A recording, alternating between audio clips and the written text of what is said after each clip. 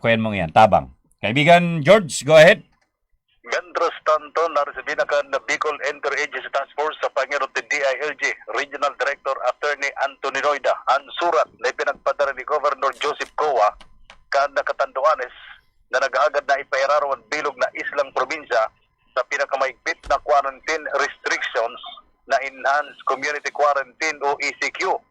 Base sa surat din kagadan sa Bicol ITF, sinabi sa bot ni Governor Buboy Coa na request na isa-irarom ang katanduan sa Enhanced Community Quarantine ang nagikan sa mga ekspertong doktor kan probinsya o ang Philippine Medical Society.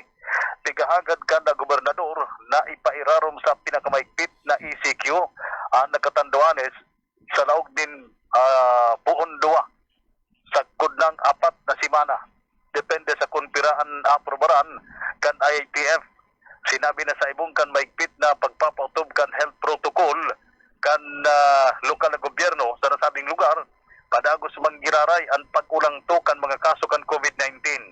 Tigagad man kan na gobernador sa mga eksperto kan DOH, Bicol Center for Health Development, asin man sa National Economic Development Authority o NEDA, sa mga datos na sendang natipon sa probinsya dapat na pag-adalan. Sigun man kay Attorney Noida na ipapasa niya sa Bicol ITF kunyan nasurat ngani na pag-adalan kasi mga pagriba asin magtao din rekomendasyon ng kada saro base naman sa mga datos kan mga nagpositibo sa COVID-19.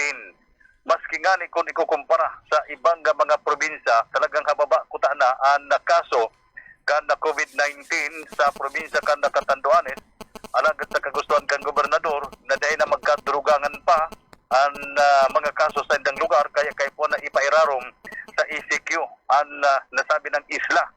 Sa pinakauring datos kasudma kan Department of Health, 0 case ngani ang Catanduanes. Kung kan magbutwa ang COVID-19, nagkaigwanan ng kabilugan na 629 kaso sa islang probinsya, 114 digdian hasta sa ngunyan, aktibo pa, bantang 10 katao naman ang nagkagaradan.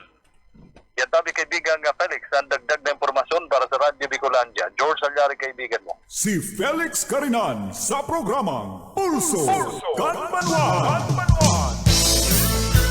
Thank you, kaibigan George, sa buwinamanong report na yan.